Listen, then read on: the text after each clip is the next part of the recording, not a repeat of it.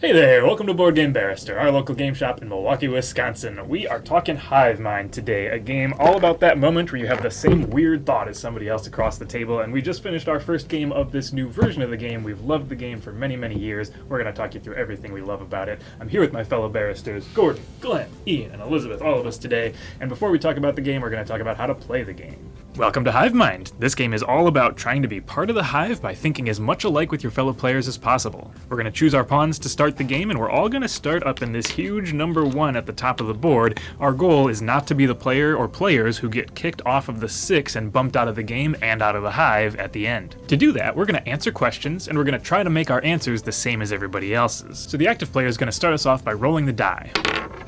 And that's going to tell us how many people are going to get bumped down in the hive this turn for having the lowest scores. Then they're going to choose a question card, and each of these question cards has questions on both sides, and the questions themselves vary hugely. We've got things like, what are 5 green things? That's pretty broad, all the way down to something really specific like name 3 very smart fictional characters. Let's say we're going with the green things for this round, so what are 5 green things?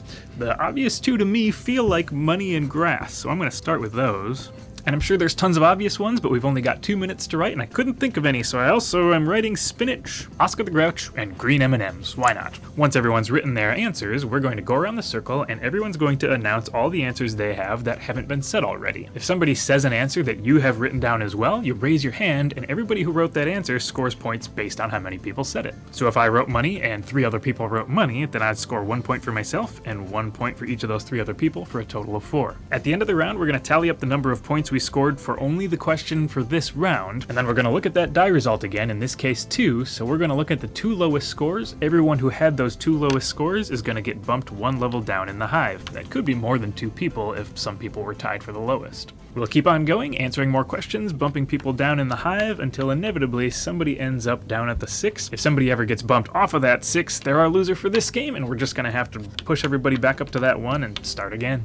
So Hive Mind says on the box that it plays 3 to 12 players, but you can add additional player pieces if you want to be adding, I'm the penny, I'm the nickel. You can go more than 12, definitely. We really feel like we had fun at 5 players, but we probably wouldn't drop lower than 5 players. But one of the fun things about Hive Mind is that it is a great game for that large group of players that doesn't rely on just dividing into teams to make that work. So this is just a really, really fun way for a large group of people to have so much fun together. So in Hive Mind, it's a somewhat of an empathy game where you're rewarded for kind of knowing how the other people at the table think, which I think are some of my favorite games. It's like the opposite of a normal categories game where you're trying to match everybody at the table.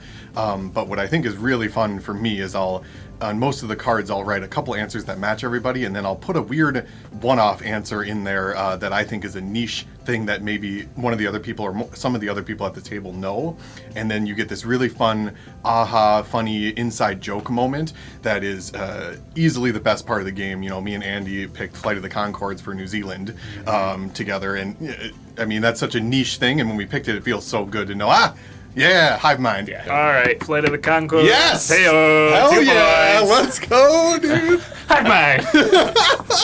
And that's easily the best part of the game, even if it doesn't score you the most points. I agree, that's the part I play this one for, is the moment of, that same weird answer that we both were thinking of, and the more people you add, the more opportunities you have to get that moment with somebody else at the table. So that's another reason that it just kind of stays fun and maybe even gets more fun the more people you add to the table. My takeaway, I'm just going to glom on to yours, is very similar, but it's on the other side of that, and that is that feeling of, that's a really good answer.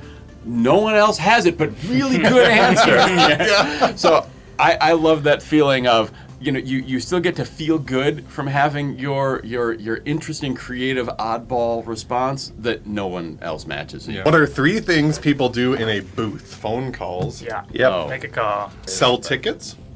Ooh, I like it. I like That's that. good. And then grab money that flies around you while blowing. No, nobody. No. Okay. I had kiss. I almost did that. Eat food. Oh, look at our Yeah. Look at all the booths we thought of, everybody. Sound recording and the sound board. Oh, great, yeah, too. that's good. Yeah. I would also say this game is, a lot of times you get these as as Ian said, these empathy games where you're trying to think alike, and they don't always work well with people you don't know. And this one, I think, is a great game for playing with people you've just met. Because, one, it doesn't rely upon any type of inside knowledge or jokes that people are going to have. And it also helps you kind of get to know people a little bit, too. Because, like, if you guys didn't know each other and you had both written Flight of the Conchords, it's like, man, you're my new best friend. Yeah, I mean, and a great icebreaker game. And I want to say that you were hitting at that, but I want to call that out. That, again, if you're playing with a group, it's a great icebreaker game because each one of those can lead into stories. It can also be a good team building game, right? There was one of the questions that we didn't have was, very clearly a team building sort of answer. So it functions in so many different spaces, and again, you don't need to know the people beforehand. Really fun and interesting thing about Hive Mind is that it feels like that edge of your seat. Oh my gosh, I have to write something as quickly as I can. And you become very quickly aware that overthinking is a pitfall. And so there is that feeling of dramatic tension where you're like, I just need to write the 3 fastest things or the 5 fastest things off the top of my head. And then you start the second guessing portion of the game and the erasing portion. They should take the erasers off these pencils. And that's just a really neat brain space to be in, to feel like kind of it's a race, kind of in a rush, but not in a bad way. What are 5 winter sports? Elizabeth. Skiing? Yeah. Snowboarding? Yep. No. 4, basketball. Curling. Yes. Wow. Yeah, but It's fine.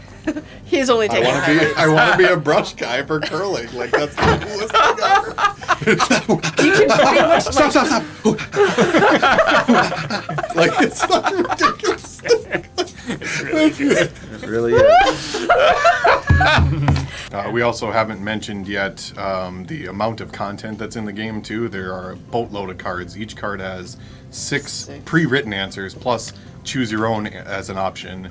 And there's 300 cards in it, so you're never going to run into the same answers if you play with the same group. You're never really going to run into the same things, and if you do, pick a different one on the card, right? We played on the shorter version of the playboard that only goes to 6 until somebody gets bumped off. There's a way to go to 8 knockdowns until somebody gets bumped off and just extend your game a little bit longer.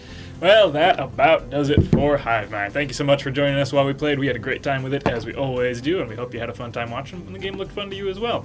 As always, if you'd like to hang out and watch us play games every single Tuesday, you can do that. Just hit the subscribe button, like and comment as well, and we will see you next week. Thanks so much for watching.